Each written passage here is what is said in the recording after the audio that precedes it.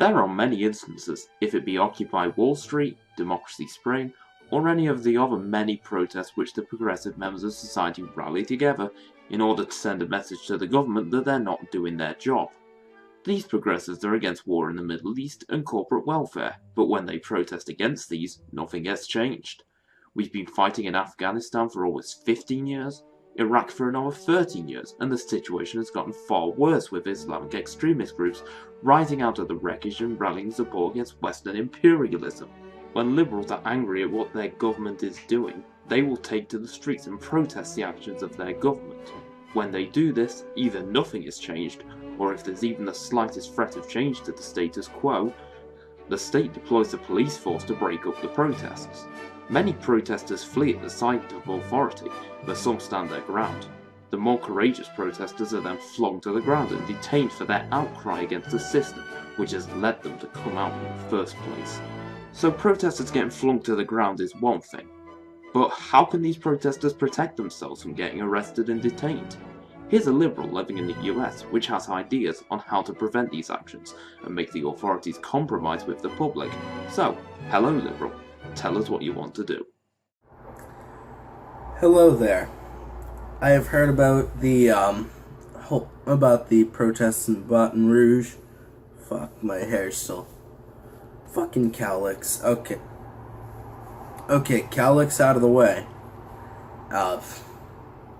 So my fellow liberals in Baton Rouge have been protesting after the death of Alton Sterling. Now, I am a great many things. I am an LGBT activist. I am a feminist. I am a Black Lives Matter supporter. And also, like many of you, maybe not everyone in Baton Rouge, I know about the demographics of people who were voting for Hillary. But like many of my fellow liberals, I am definitely pissed off about the whole election. The election was rigged. I was supporting Bernie Sanders, and I would still support him if he continued running, but I don't think he has a chance to actually win. Unfortunately. Because, like I said, it's rigged. But in Baton Rouge, where people are getting, I've heard that apparently there's some cases of police brutality going on during these protests. Now, I know a lot of people will tend to think of self-defense as violence, but it's not violence, it's just that, it's self-defense. If you improvise a riot shield out of a trash can so that you can't get beaten down by a baton, is that violent? No, it's defense. And that's what I advocate for, I'm not advocating for throwing Molotov cocktails at police officers or for shooting at police officers, because police officers haven't shot into the crowds and killed anybody yet.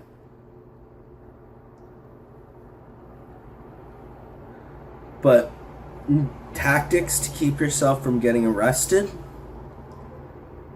I don't see any issue with that. Like I said, improvise a riot shield so that you can't get hit with nightsticks. Work together to try and make sure that protesters who they're trying to arrest, you can all jump on a police officer, pull him off, and pull the protester the other way. Especially if you outnumber the police officers. And again, this is not violence in any way. You are simply defending yourself. There is no way to continue your protest in jail. There's no way to get your demands met if you get put in prison.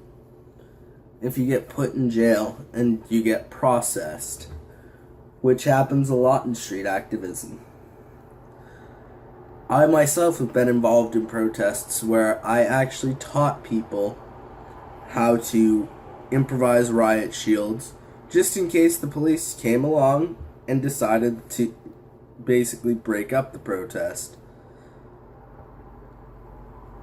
These are all perfectly ethical tactics, because these do not involve harming anyone. They simply involve keeping yourself from being knocked away by the police.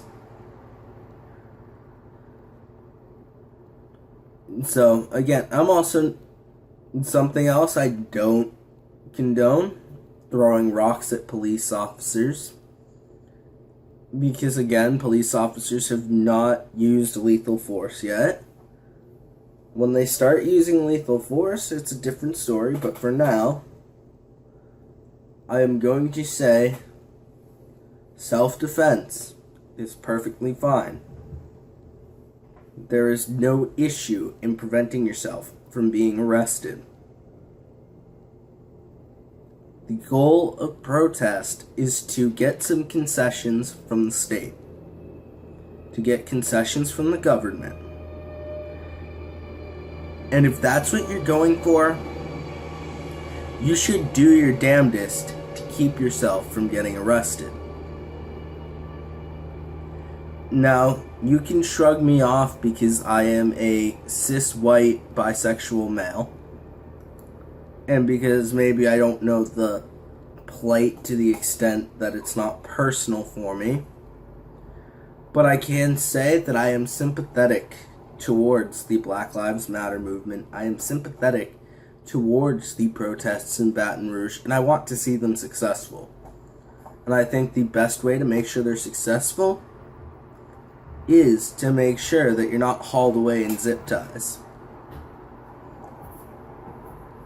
I will see you later. Out. Those are some great suggestions. The problem with most protests is the protesters don't prepare for state repression if many people join in with the protest. They'll just march down the roads holding their signs, and when they get tackled by the police, that's game over for them. The thing is, it doesn't have to be game over.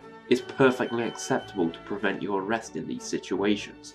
If protesters work together and help their fallen brothers and sisters escape persecution, then they will find their movements become much stronger than they'd otherwise be. There are many resources available to protesters. One, which our Liberal friend mentioned, is improvising riot shields to prevent against the strikes of a baton, or block access to vulnerable protesters whom the police may target. A strong sense of solidarity comes when protesters use de-arresting strategies to prevent the arrest of other protesters. This could either involve pulling the protester away from the police into the crowds, or pushing the police officers off the other protesters and removing that protester from the front line to the masses. There are other strategies of defense which our Liberal friend forgot to mention.